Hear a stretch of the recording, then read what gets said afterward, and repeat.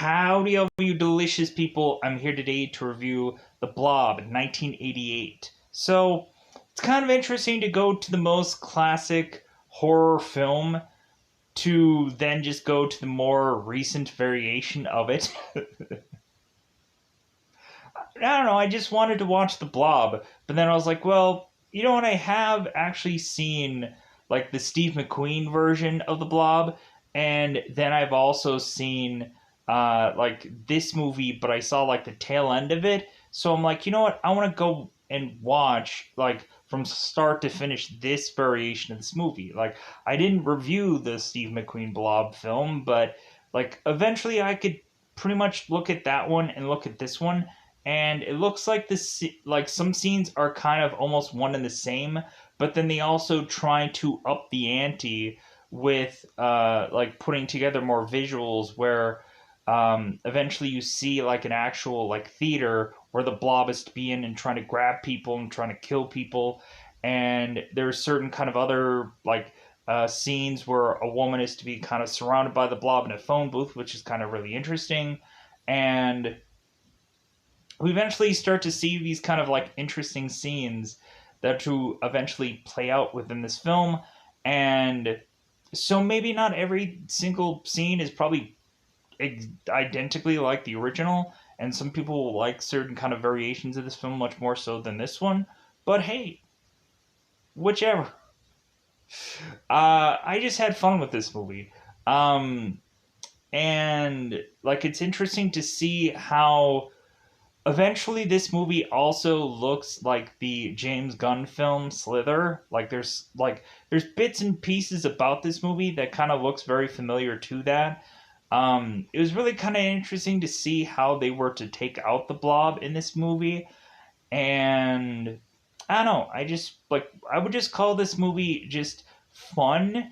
Um and really we kind of have like some play on some things where like especially the scene where we end up having the one guy who is to try to get with this one girl in his car and try to make a move on her, but she ends up falling asleep. So while this girl's sleeping, he ends up starting to undo her blouse or undo her top.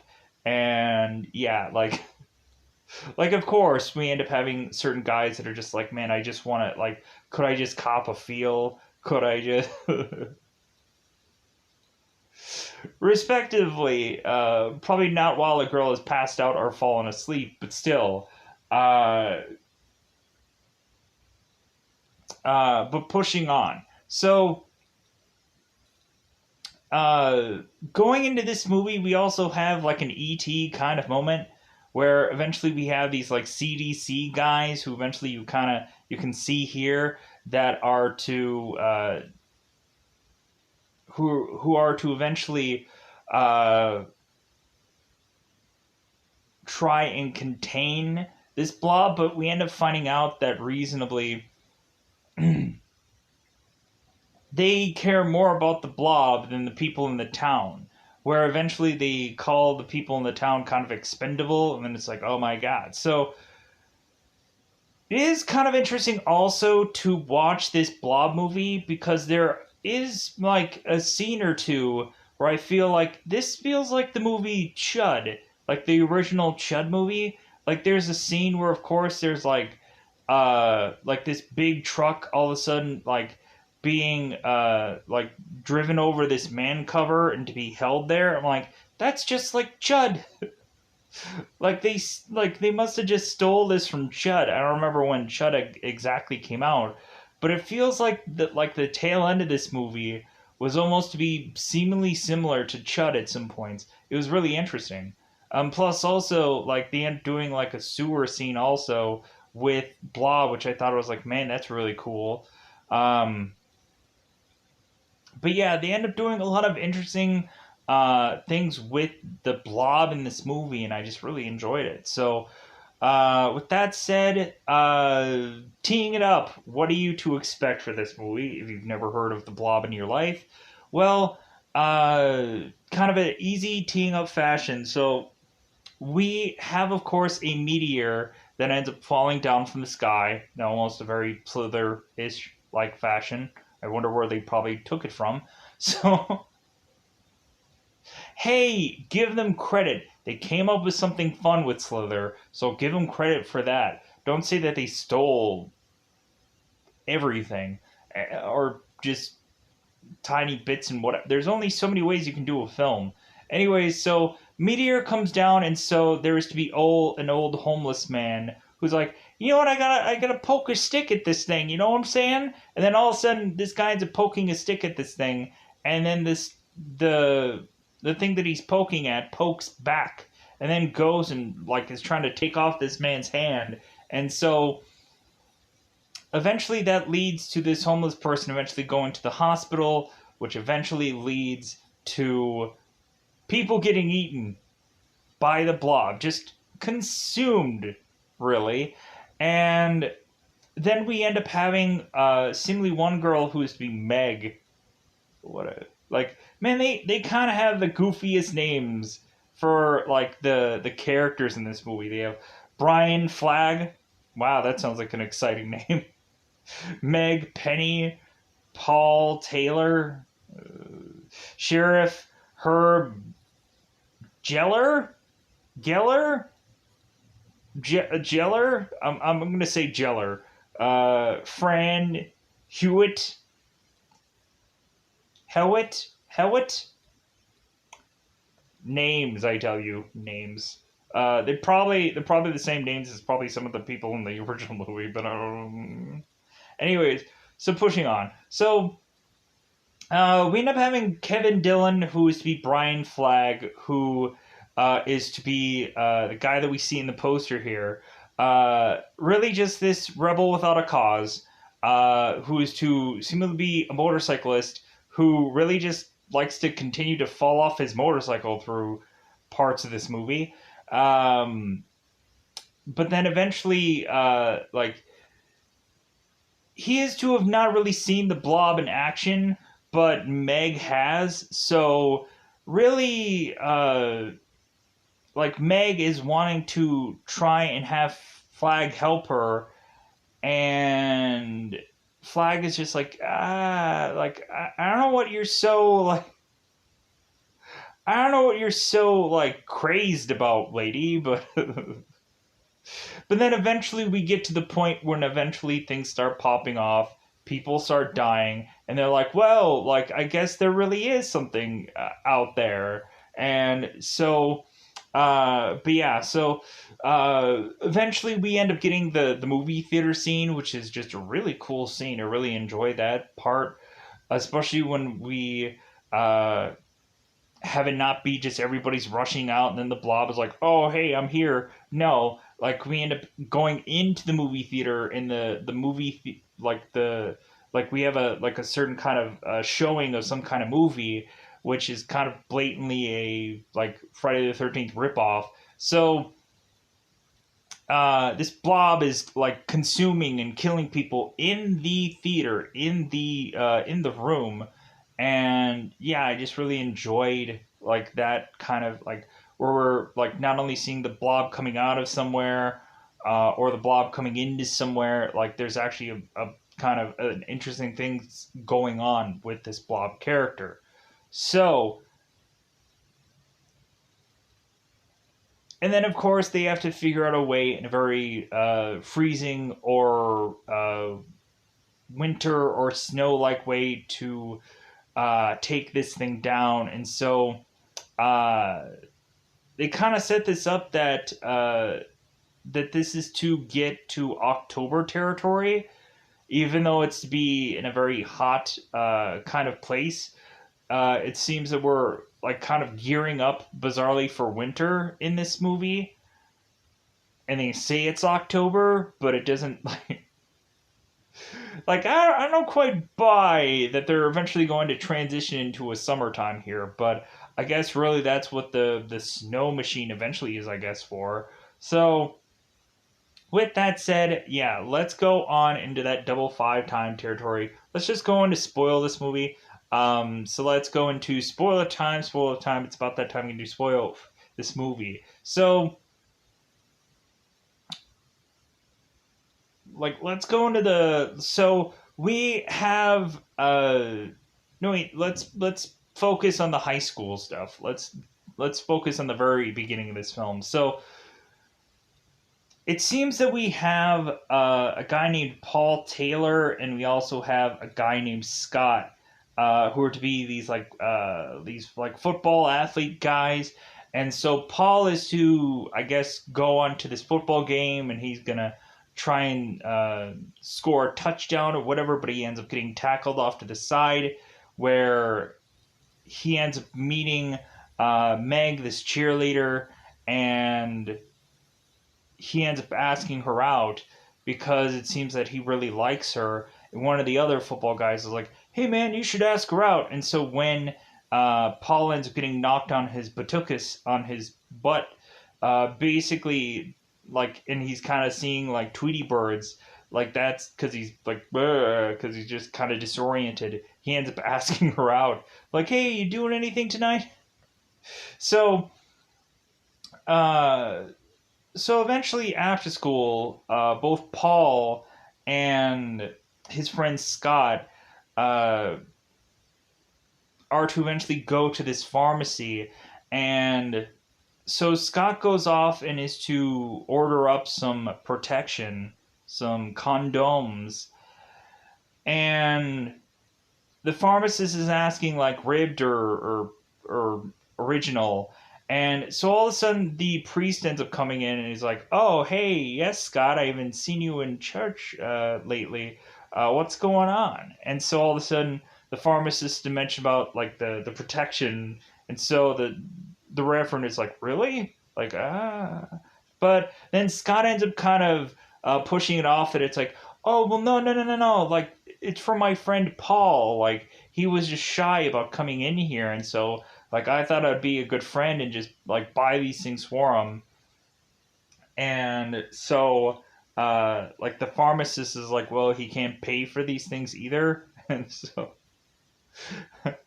like the cat's out of the bag. It's like you might as well already just have the guy come over. But Paul's like, come on, Scott, like come on, like let's go. So because Scott has to mention Paul is to have a big date tonight. So, but really, what Scott is to have the condoms for is his own use because he is to be having a date with a girl named uh, Erica.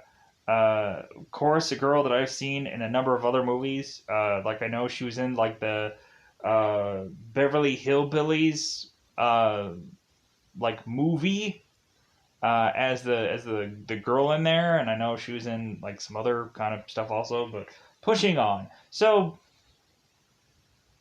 eventually, what happens is that Paul is to eventually go and be with or go into mm, go and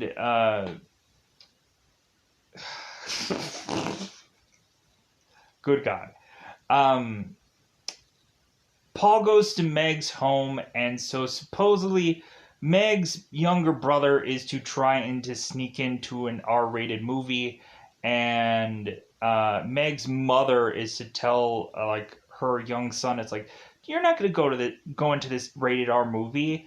And so the son is like, "Oh, okay, well I won't go." And so they're like, like we're still going to go anyways, because supposedly like her son has a friend that is to be able to get them into an R-rated movie because uh, this guy's uh, this boy's friend is to have an usher, so like they can just usher them into this R-rated movie.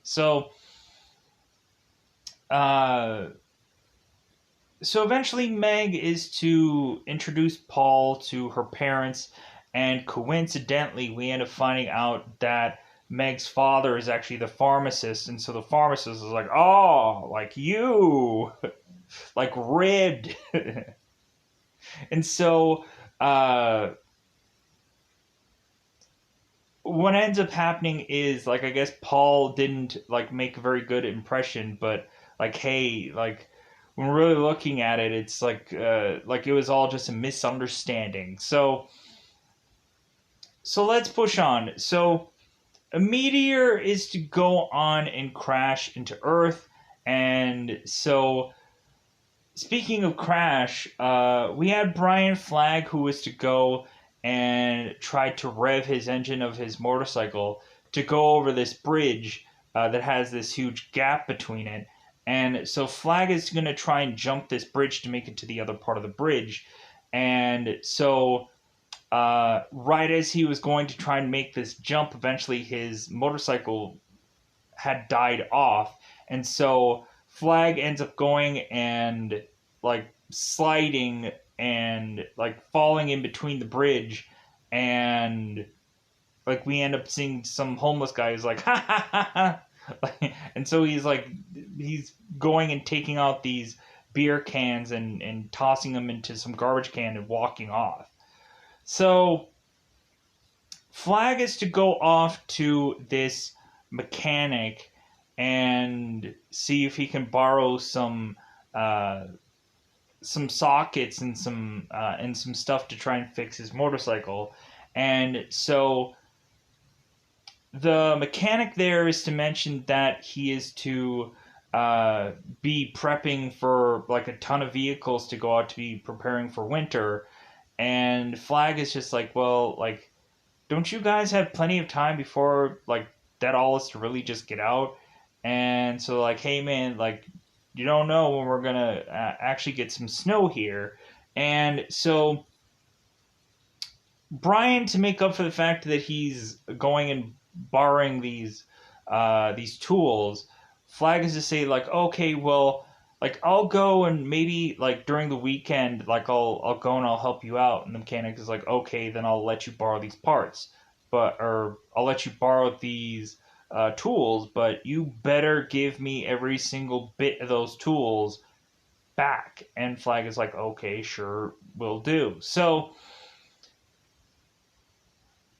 again, meteor crashes. So we end up having a homeless guy who is to decide that he's gonna go and like, just could I just like could I just go and take a stick and then just poke at this meteor? Because that always works out well in every single movie that I've ever seen in my life, right? Whoever this stupid person that is to poke the meteor thing, or to just like, hey, let me see what this alien thing is, right? It's gonna work out. Yeah, that is the person who ends up either one, becomes an alien, two, becomes dead, or three, ends up just like regretting this decision that he had made. Also, weirdly, this movie also bizarrely reminds me of Killer Clowns from Outer Space for some odd reason, because there's to be this like one kind of old man who ends up kind of wandering this forest to eventually find this weird circus. He's like, hey, why is it all of a sudden there's this circus here? And then all of a sudden his dog ends up going missing, and then he's like trying to search for his dog, and he ends up just eventually searching so much so that he's going to end up dead.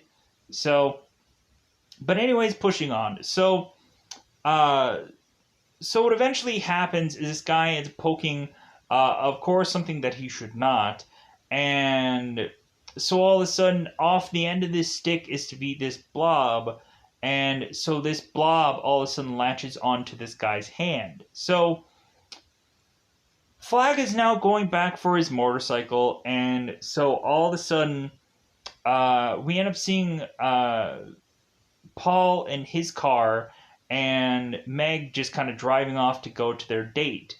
And so all of a sudden, the homeless man, like, running out of the forest, like, "Ah, because my hand, oh, blob, hand, oh no, I'm probably going to die."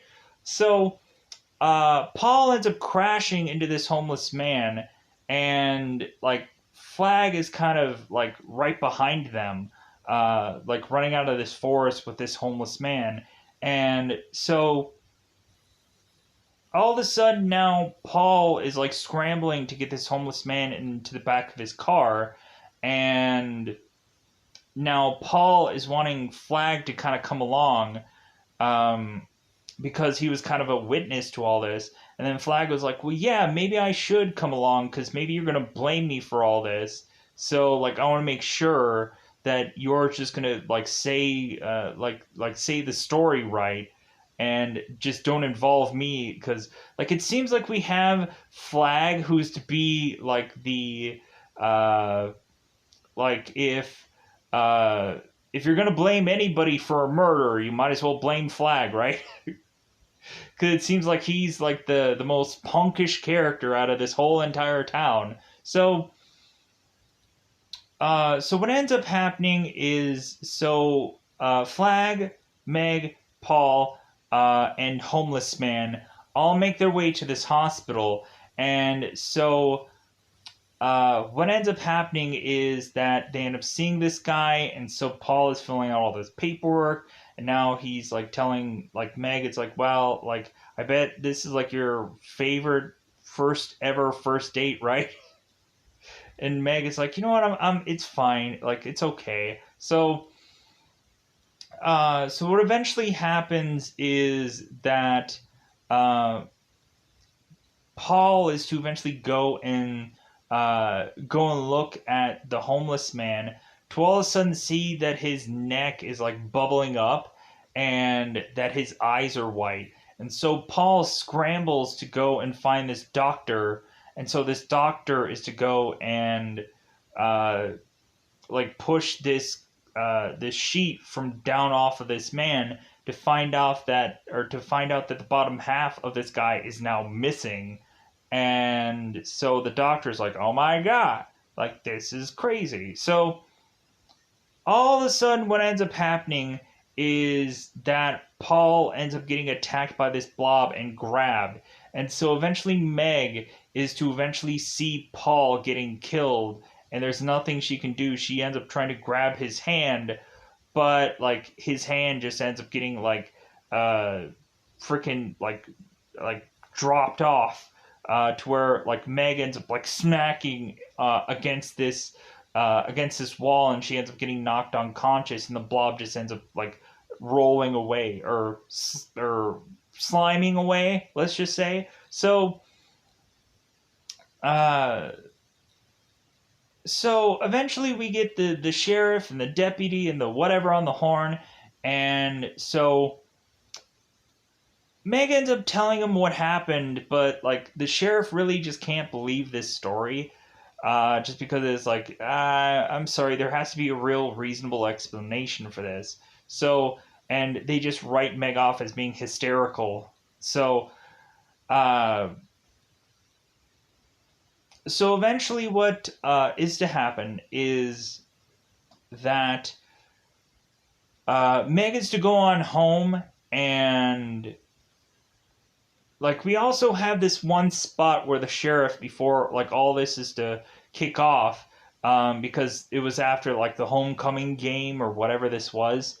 And so the sheriff was to be off kind of talking to this one woman that is to be working at this restaurant. And so the sheriff is just like, hey, like, you know what, if you like country music, maybe you and me can go to a concert together. And so the girl's like, well, I'm like, that's great and all, but I'm real busy with this restaurant. I got to keep the business flowing, because eventually like after that game is going to end, like there's going to be a ton of people that are all going to want to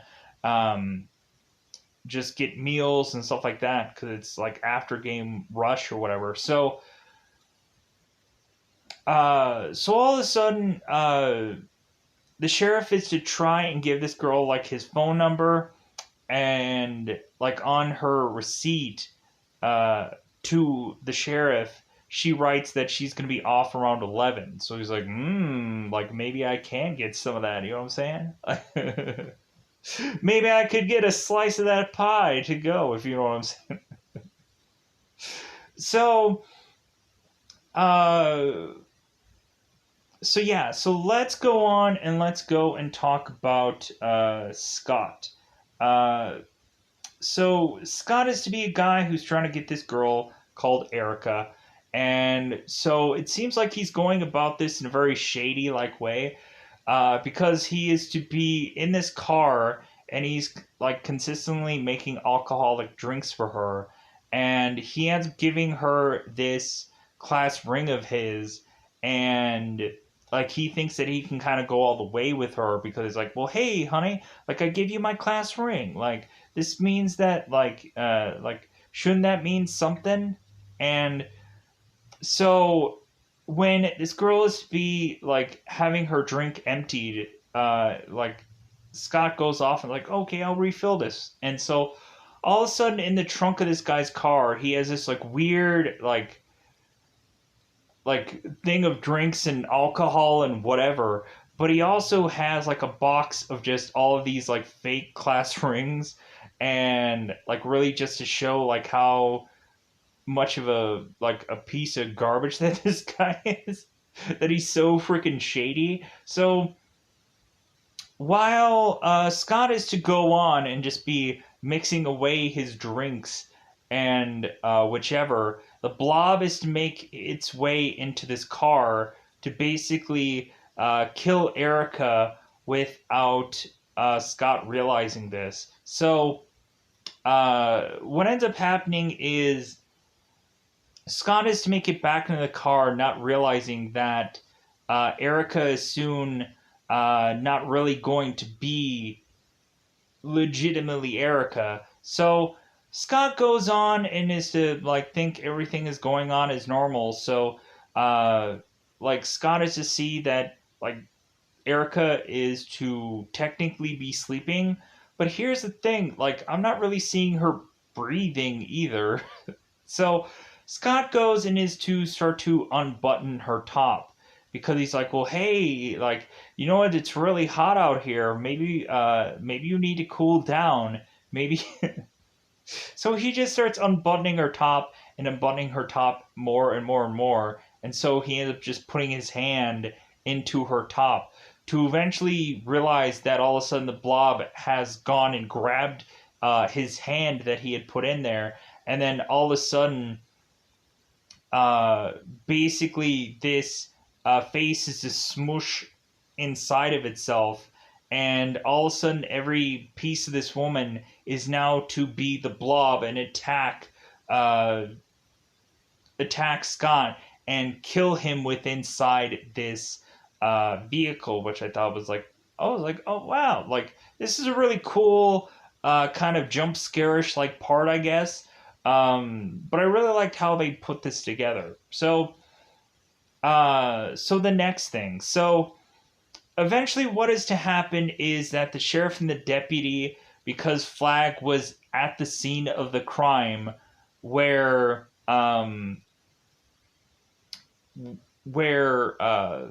Paul had gotten killed, both the deputy and the sheriff just decide to pick Flag up and just accuse him of murder. Like, wait a minute, what? Like, there's no evidence. Like, Meg didn't say that that Flag had killed Paul. It's like that's got to be a weird way of like I can maybe understand question Paul about what he had done at that spot. So Paul goes in to the sheriff's office, and so we end up having this one spot where the deputy is to get far too close and right into just Flag's face, and Flag goes and like licks the deputy's face, and I'm like, hey, that is so gross. And then the deputy ends up like trying to like wipe his face or something, and it's just like I was like, that is so gross. But it's so like it makes this movie one of a kind to just have like somebody lick someone's face. But because this deputy was to talk crap about Flag, kind of mentioning how Flag's mother is probably off, like having a date with Jack Daniels or something like that, and there's no way for Flag to eventually get bail or anything like that from his father because he doesn't even know who he is. So Flag has to mention that he's a broken guy, and like, oh well, like it's like he's been like that all of his life. So eventually the sheriff is to just decide, it's like, you know what, like I don't think Flag is really a killer. Like, you know what? He's a punk, but he's probably not a killer. So, like, let's just let him go. Like I don't think he has any real motive, or I just don't think that he didn't do. I don't think he did this. So they let him go, and so uh, what ends up happening is Flag is just go and uh, be met by Meg, because Meg is to get out of her home and not, I guess, take the sleeping pill that her mother was to give her. Uh, and Meg was to ask her mother, it's like, "Do you believe me, mother?" And like her mother is just like, "Well, like you're safe. Like that's all that really matters. You're home and you're safe." And so like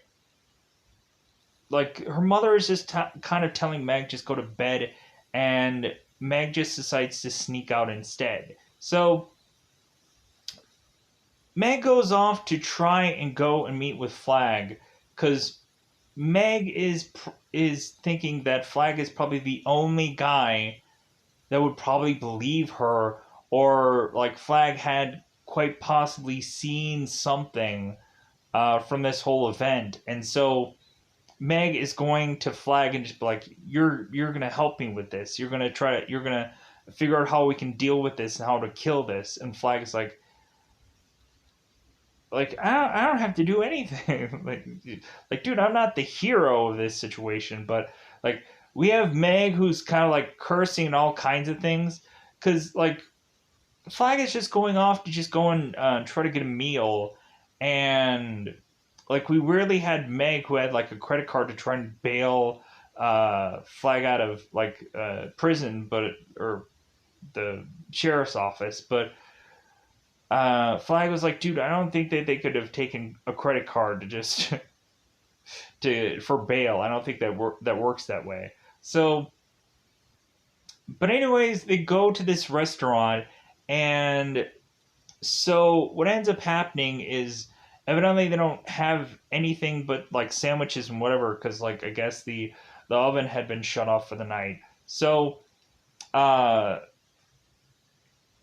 like I'm trying to hope that I get this mostly correct here. Um, because I'm hoping I got the most of this cast list. Anyways, so pushing on. So Fran is to eventually go into the back, and evidently there is to be this drain that is to like need a plunger to go into it, because there's something really into this sink. And so like Fran is trying to like get this plunger and to try to get whatever this thing out of this thing. And so all of a sudden the other cook or the dishwasher guy is like, "Hey, let me do it." And so he ends up kind of plunging away, and he's just like, "Man, like what is in here? Come on." Because of course it's a blob. The blob has made its way through these like drains, and is trying to get into the town, and what better way to do that by going into a restaurante. So all of a sudden we end up having the next kind of jump scare-ish like moment of this movie, where we have the guy who just is like, "No, I'm just gonna stick my hand in this drain, like see what happens." And so so the guy is to kind of just like have like some things out of his hand. He's like, "You know what? Like this is weird." And then all of a sudden the blob ends up coming out of the drain and grabbing this guy, and he's like, and so the blob is like pulling this guy into the drain. And so all of a sudden Fran is coming back in the back to kind of hear what this noise is, this kind of like smacking or whatever. So she goes out there, and she's horrified by this guy like getting piece by piece just getting crammed into this drain. And she's like, "Oh my god." And so Flag and Meg go in there and like, "Oh my god, it's starting again." So all of a sudden we eventually have Fran like running the heck out of there. And so both Flag and Meg run to eventually try to figure out where they can eventually get from this blob, and they end up running into the freezer, where of course the Blob is afraid of cold, so it's like, oh no, I'm not going to go any further into the freezer. And so eventually they just kind of bunker down there for a while. And so Fran is to try and make it to this phone booth where she's to try and call the sheriff. And here's the thing: we end up having the sheriff who is to eventually go to the sheriff's office and kind of talking to the dispatcher or whatever. And he is to remember about Fran, and he's like, you know what, like maybe I should see how Fran is going, so maybe I can like pick her up because this town doesn't seem all that quite safe tonight. Uh, so all of a sudden, Fran is trying to make a phone call to the sheriff's office, and all of a sudden, this phone booth is eventually being like surrounded by the Blob, and so eventually, we end up seeing the head of the sheriff mixed into this Blob to just find out the sheriff had tried to go back to Fran or back for Fran, and he ended up dying because of it. So really, we just have like the deputy in charge of this town now, and it seems that the deputy had went off with a couple of different volunteers and like has trying to be looking for whatever this thing is. And so that's when the sheriff was in the dispatcher's like the sheriff's office, and just like, you know what, like dude, I'm so like I'm so unprepared for this. Like we just have like a deputy and like a couple of volunteers like for whatever this is. Like because I guess this is such a small town, so like what can you do? So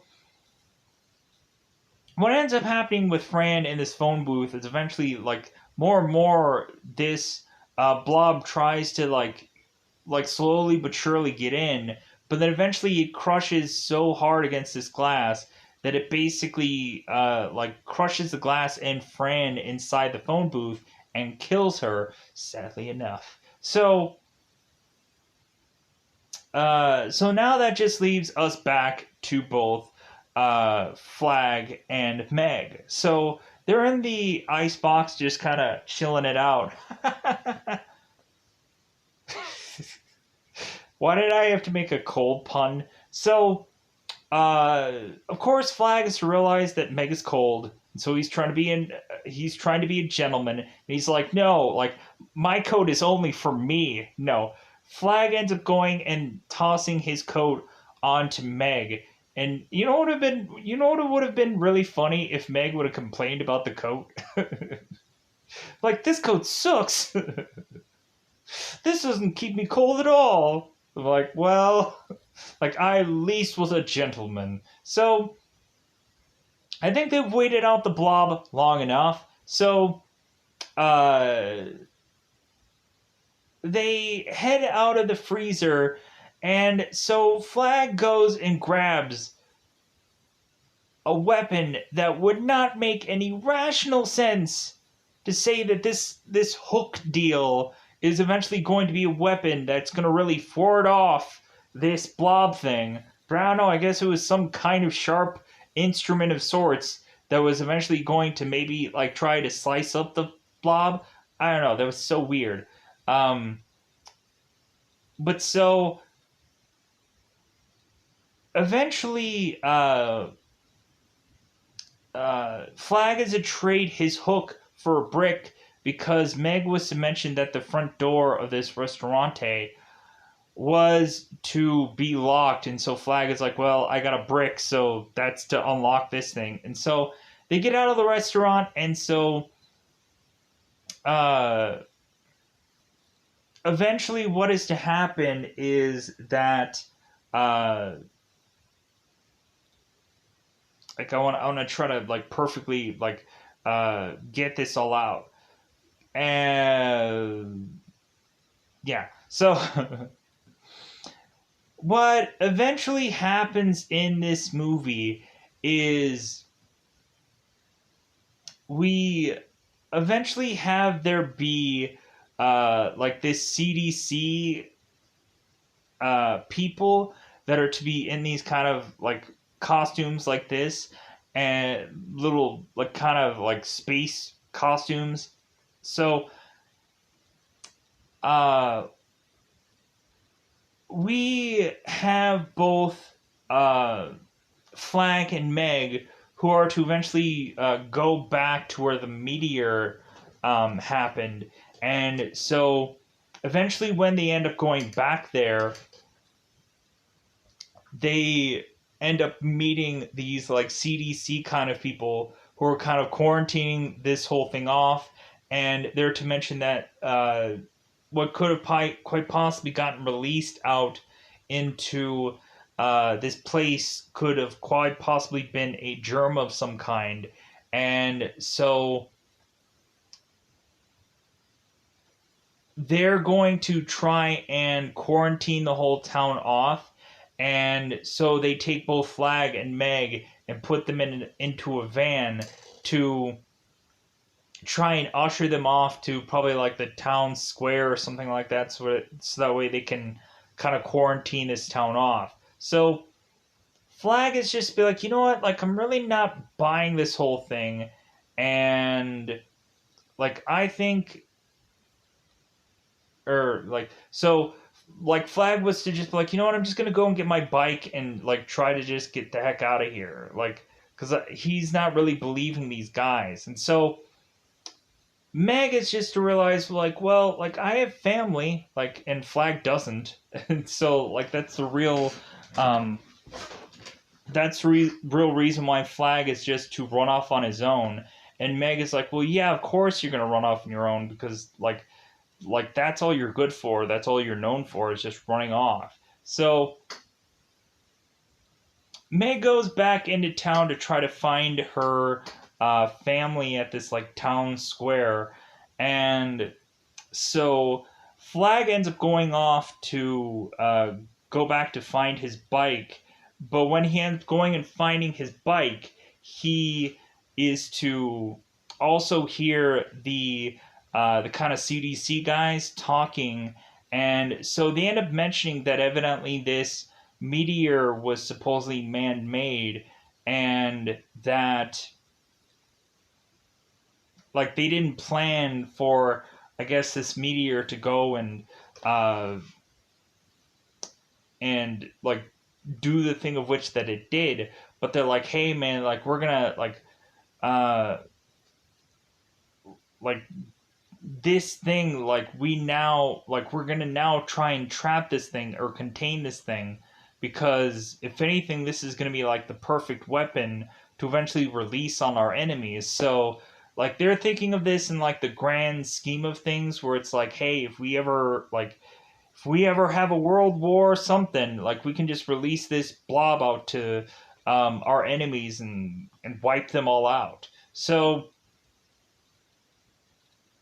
Flag is just to hear like all this kind of conspiracy and all these like plotting and all this stuff, and so Flag is just to realize that these people had probably made this whole thing themselves, and so now um, they're basically trying to keep it all secret, and so I'm like, this is just like Chud.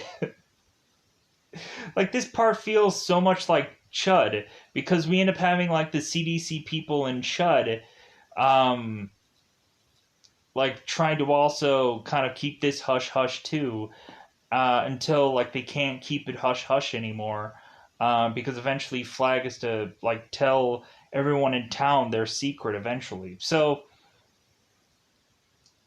now what ends up happening is, so Meg is to make it back into town and is to find her mom and dad, and so uh, Meg is to just kind of go and be like, well, uh, okay, like where is my brother? And so Meg's mother is to ask like some friend of theirs about like, hey, did my son go and like stay the night at your house?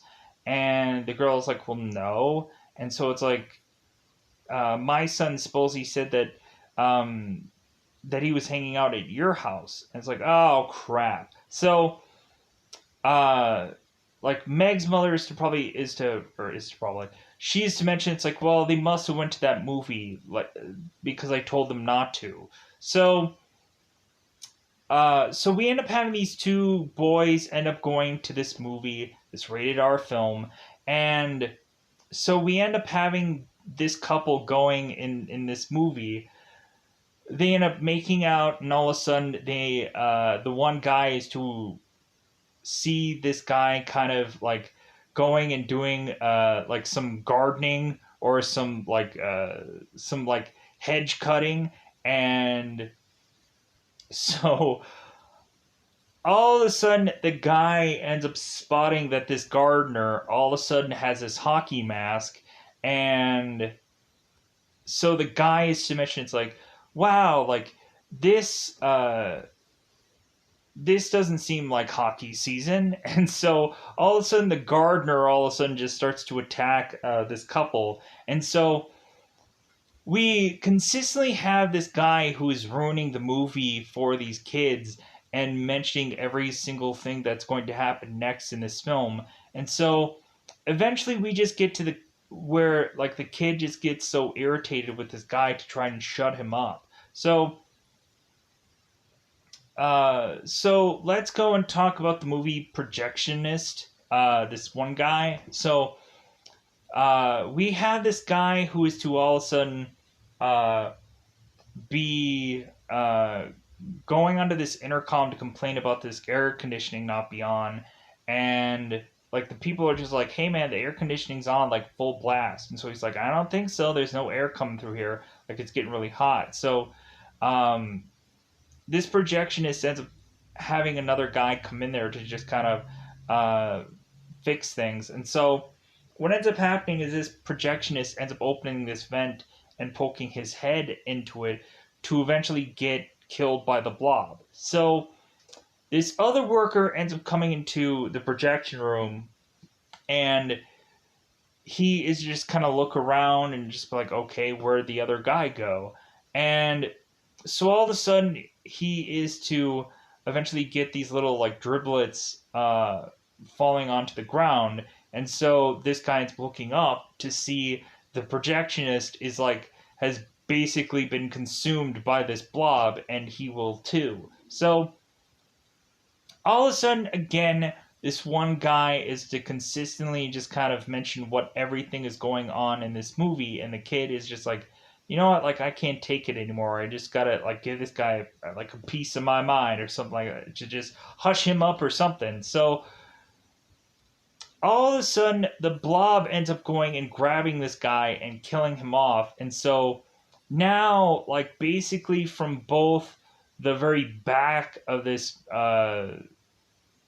like this stage and the very like like God, was it the screen part of this theater? Like we just see the blob coming in from all sides, and so now like everybody's running out of this theater like crazy, and so Meg, who has figured out like oh, okay, well I need to go to the movie theater to try and find my brother. So Meg goes and rushes in to the movie theater, where it's kind of a funny scene where people are rushing out and she's trying to rush in, and it seems like there's like this weird kind of thing where like some people are trying to like figure out a way of how they can get out of there, but it like at some point just looks like this weird hodgepodge of her trying to get in and them trying to get, it just looks really weird. So but eventually Meg gets in there, and so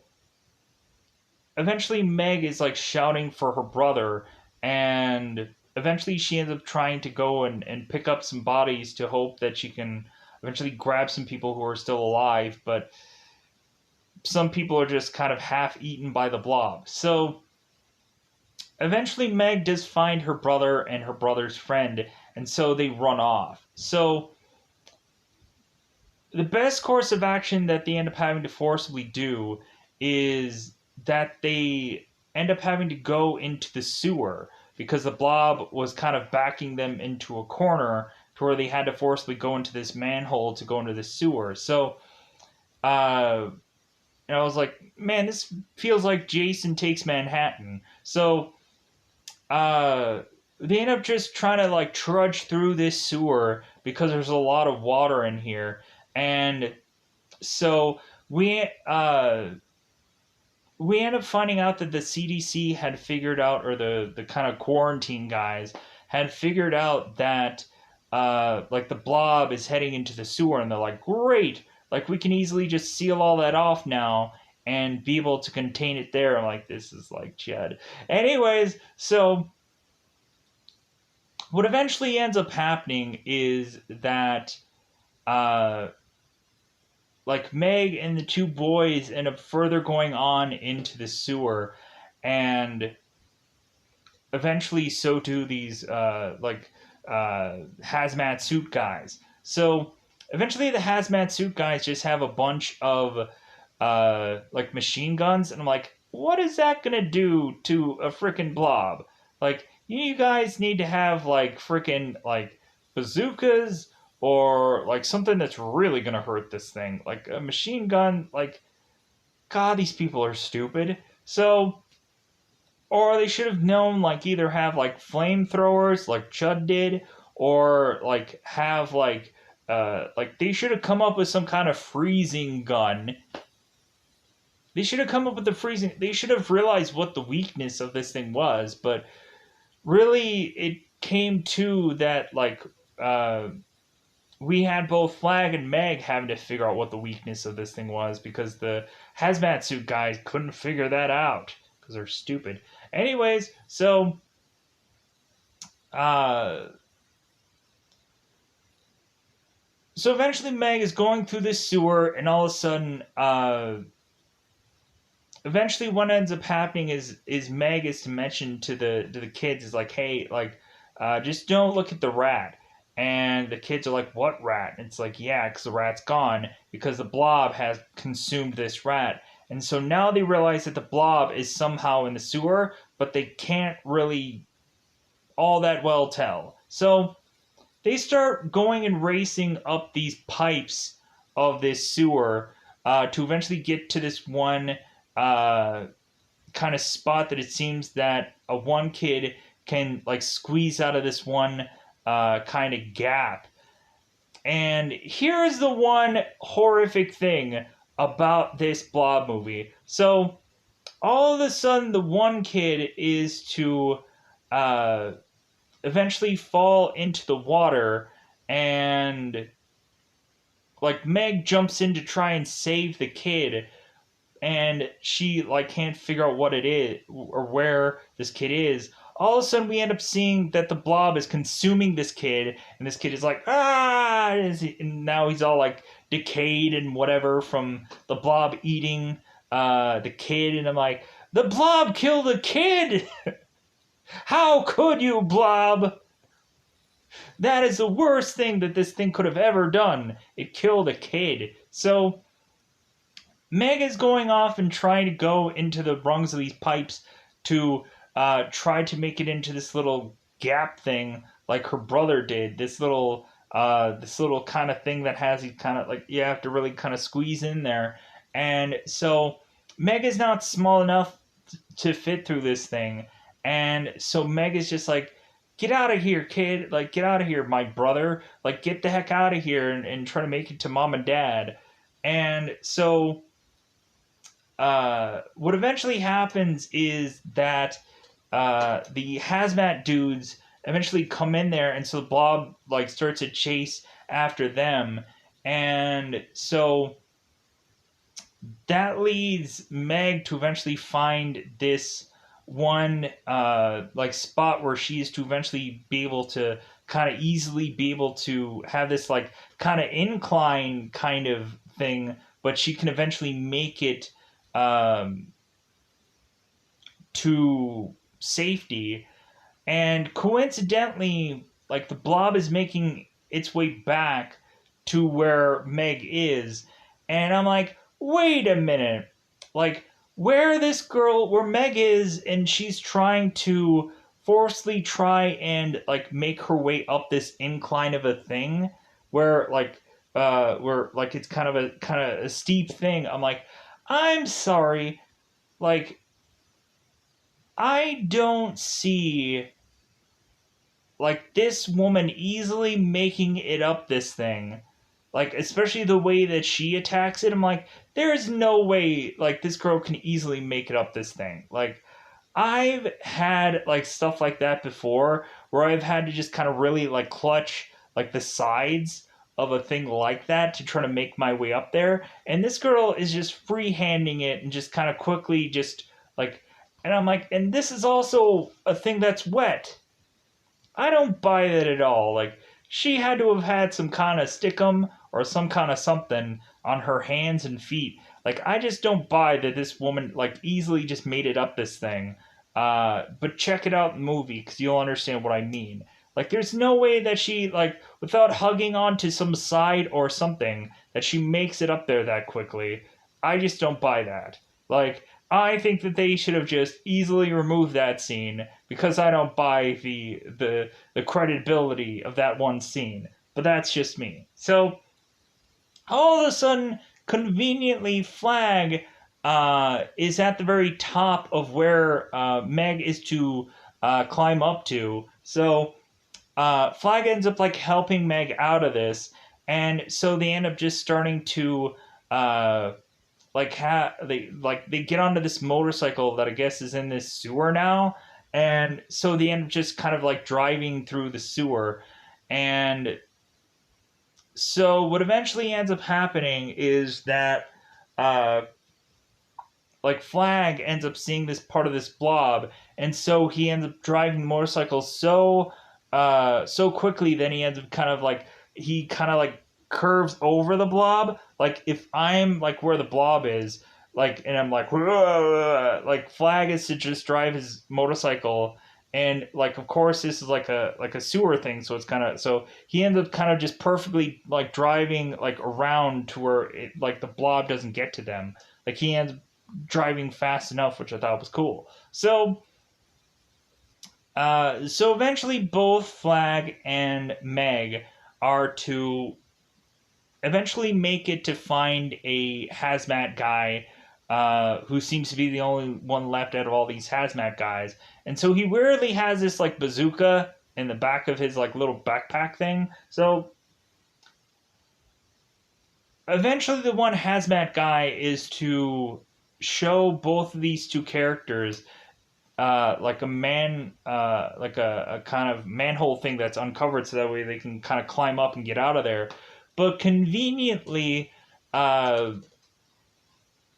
we have the other hazmat guys, the main one being Dr. Meadows, who is to want to have all these manhole covers sealed and have like this armored truck being kind of placed over it. And I'm like, Chud. And I can't stop thinking about it.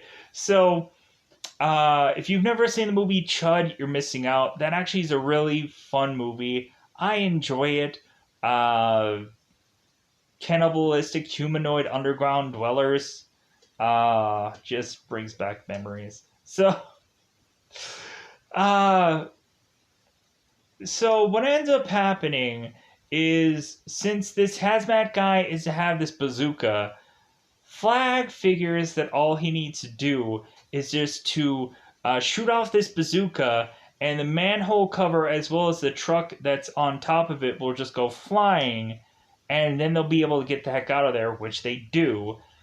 And I'm like, I'm sorry, I don't buy that either. Like, I don't figure that you can just shoot out a bazooka and like that won't kill the people that are down below, because like I would think that that thing would just ricochet and just explode everybody from down below, not perfectly work out that like the manhole cover is going to get like and explode this whole ordeal and like and kill the trucks that way they can get the heck out of there. So now we end up having this like gun standoff between Flag, who has one of the machine guns, the deputy, who is to just be like, okay, what's going on? I don't know what, like I didn't get the whole script. Like, I don't know what's going on. Like, here's one thing. So, Deputy Bill Briggs, he was in the movie RoboCop. Like, give him some street cred, like, for being in RoboCop. Like, funny, he was a cop in this movie, and now he ends up playing a murderer of a cop in RoboCop. That's full circle, you know. So everybody is like having this like standoff. Like we have Dr. Meadows who's to order his men to go and shoot Flag because supposedly he's contaminated with some kind of germ. Sure. Like Dr. Meadows is just trying to say anything to kill off both Meg and Flag because they're probably the only people that know what's going on compared to everyone else. But Flag ends up telling everyone the truth that this whole meteor was man-made, and like he ends up telling them everything. And so eventually what ends up happening, because these people are waiting too freaking long, is eventually the Blob ends up coming out of the sewer and goes and grabs Dr. Meadows and like pulls him under and kills him off. And so the next guy that's in charge is just like, well, okay, well, I'm gonna go and I'm just gonna like toss all kinds of bombs down there and just naturally assume that that's going to easily take this thing down. If I just toss a bomb, this like tiny bomb, like it's just going to work out. And so they think that they like killed the thing, and they're like high five, and they're like, yeah, we did it. Like, yeah, like so, yeah, didn't quite work out that well because the Blob all of a sudden decides, well, F it, I'm just going to come like smashing through this street to eventually then go and kill off all of these hazmat dudes by squishing them with my like blob. So eventually everybody is starting to run from the Blob. Eventually everyone is trying to go into this one like part of this town and try to like desperately like push as much furniture in front of all the doors and everything like that so this Blob won't start coming at them. So uh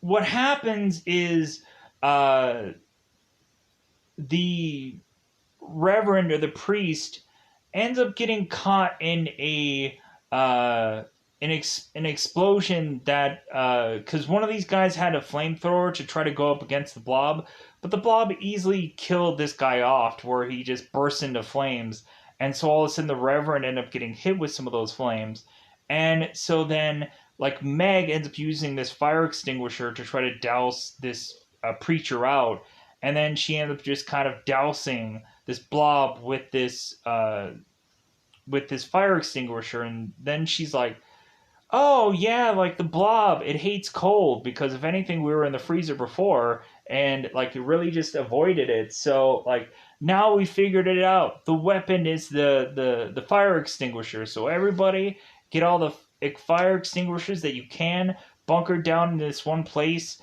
and just try and just wait this whole thing out. So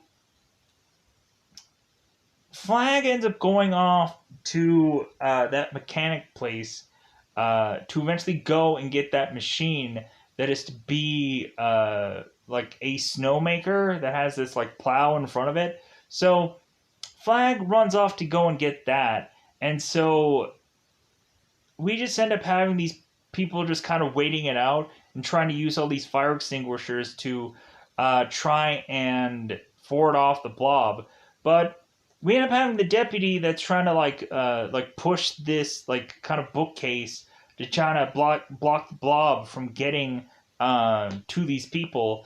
But what ends up happening is that the Blob ends up going and grabbing the sheriff and snapping him in half like a twig, and then like pushing him through the bookcase and killing him sadly. So we have no real sheriff, deputy, whatever. Like, and there's not going to be like a new one appointed either. It's like, whatever. So like there isn't much of any fire extinguishers to ford off this Blob. It feels like they're basically done for. So Flag comes in with this snow maker and is to basically just douse as much snow as humanly possible onto this blob and to try to get it away from where it is. And so Flag is to hope that that this thing is to follow Flag with this vehicle, and so it does. And so it ends up creating this truck like flipping over, and so now Flag is like upside down in his vehicle, and the blob is kind of surrounding the vehicle to get to Flag. And so Meg runs out there and is to eventually realize that what she needs to do is find another one of those bombs that these hazmat guys would have, and she decides that she's going to go and chuck it onto the snowmaker tanker thing to detonate that, to just I guess hope that that'll uh, freeze the blob. Here's one thing that I also didn't mention, that supposedly they were also gearing up for ski season in this movie. That's the one thing that I forgot about. Hence why they had the snowmaker, because I guess they were eventually getting ready to like uh, like help out the places that end up doing skiing resorts and stuff like that for the winter time. I guess if there isn't enough snow on the ground already, or if they ever really get snow on the ground at this place. So Meg goes and puts this bomb on this tanker. Then she ends up kind of accidentally hooking her foot onto something, and so Flag, who his his vehicle is no longer surrounded by the blob. Flag ends up getting out of the vehicle as quickly as he can, and he ends up going around to the tanker to see that Meg is still hanging on there. So he ends up kind of adjusting her to help her off of that, and then they end up just running off, and so the tanker explodes, and so the blob ends up being in this frozen crystal form. And so now we just see a huge batch of snow that is just to be accumulating in the air. And so the mechanic is telling Flag, it's like, hey, you never thought we would get snow, right? So basically their master plan is to go and find a place where they can go and freeze this blob before dawn is to hit, or otherwise it's going to melt, and then basically they're back to square one again. So really that's just to say that this movie is to be all wrapping up, that they ended up figuring out a way to beat the blob, and really there's no real true complete ending where we're to see that both Meg and Flag are to be boyfriend and girlfriend and whatever, and everything's to work out, and so on and so forth. So what we end up really just seeing at the end of this movie is that the Reverend was to eventually go into this restaurant and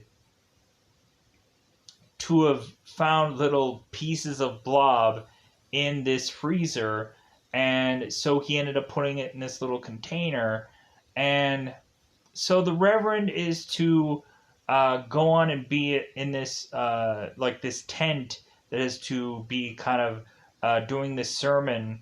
And so he's eventually talking about the rapture, and eventually that'll happen sometime soon.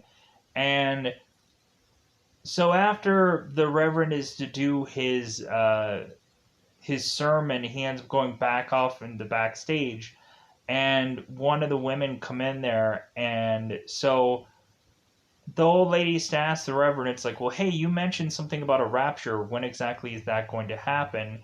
And the Reverend is like, well, soon, because he ends up picking up the jar of the blob, and that's how the movie ends. So with that said, I hope that I cover most of this movie, but like I know that I probably didn't I didn't do the details well just because man, I'm getting freaking tired, and when I get tired, I just get blah. So I apologize how this came out, but without a doubt, maybe no one will care about this because oftentimes it just gets to where it's like, oh well, hey, I just did this for fun. Um, because eventually, like some of these do well, some of them don't. Um, but like, hey, like I had fun at least going and watching a movie, so that's all that really matters at the end of it all. Whether it accumulates to one view or thousands of views, like at least I still found a project that I liked or had fun watching. Um, I think is probably the best kind of projects of me just going like, yeah, like at least I did something that I knew I was going to like. So that said, I'm gonna get the heck out of here. Bye, buddy. Bye, buddy.